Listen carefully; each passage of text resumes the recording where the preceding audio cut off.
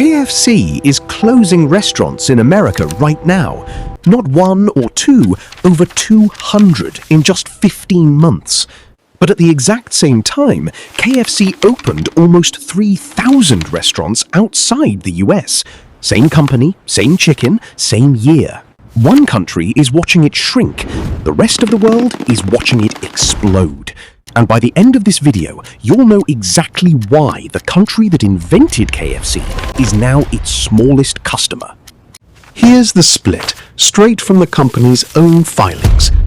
Only 13% of KFC's global sales now come from America.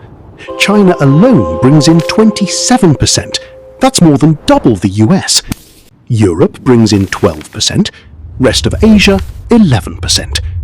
Add it up, and America isn't even KFC's biggest market anymore. It's fallen to third place, behind China, behind Europe.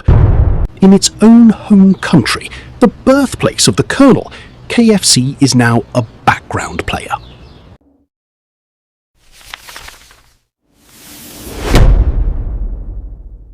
Let's go back to where this started, because the origin story explains everything. In 1930, a 65-year-old man named Harland Sanders was running a gas station in Corbin, Kentucky. He wasn't rich, he wasn't famous, he was broke, living off $105 a month in Social Security. He started frying chicken for hungry travelers passing through, just to make ends meet. In 1952, he franchised that recipe for the first time. Not in Kentucky, in Salt Lake City, Utah. A man named Pete Harmon opened that first store, and within a year, his restaurant sales tripled. From that one shop in one city, KFC grew into 34,000 restaurants across the planet. But the real explosion didn't happen in America, it happened overseas.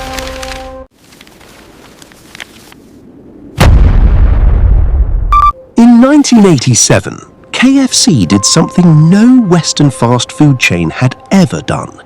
It opened the very first restaurant in China. Nobody expected what happened next. Chinese customers didn't just accept it, they fell in love with it. Fried chicken became a symbol of something new, something exciting, something premium. And KFC leaned into that. It didn't just copy the American menu, it built a completely different business for a completely different country.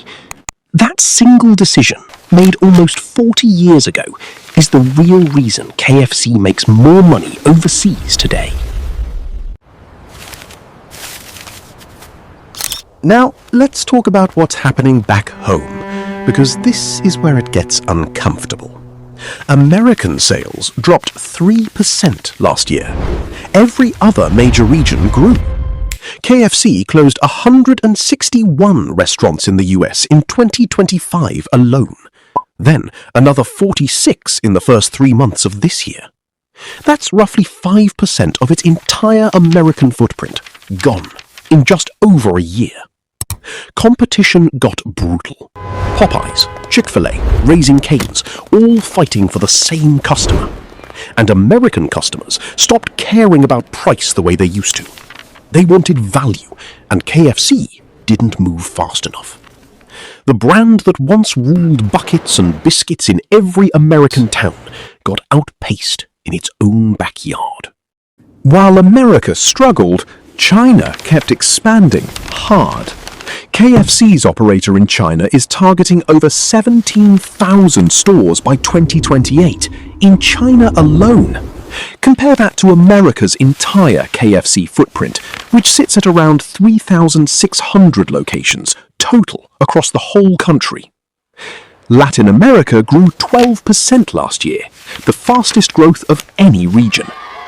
Africa wasn't far behind, growing 10%. The United Kingdom posted 9% same-store sales growth in a single quarter. Every single international market grew. Every one, except America. Here's a number that puts everything into perspective. By the end of this year, KFC will likely open around 3,000 new restaurants worldwide That's roughly the same as KFC's entire US market, built again from scratch in about a year. 90% of KFC's restaurants now sit outside the United States. Think about that. 9 out of every 10 KFCs on Earth are not in America. The country that gave the world fried chicken in a bucket barely holds 10% of its own creation. This got so serious that KFC's parent company made drastic moves. They replaced the global CEO, they replaced the US president, they moved corporate headquarters, all within 4 months of each other.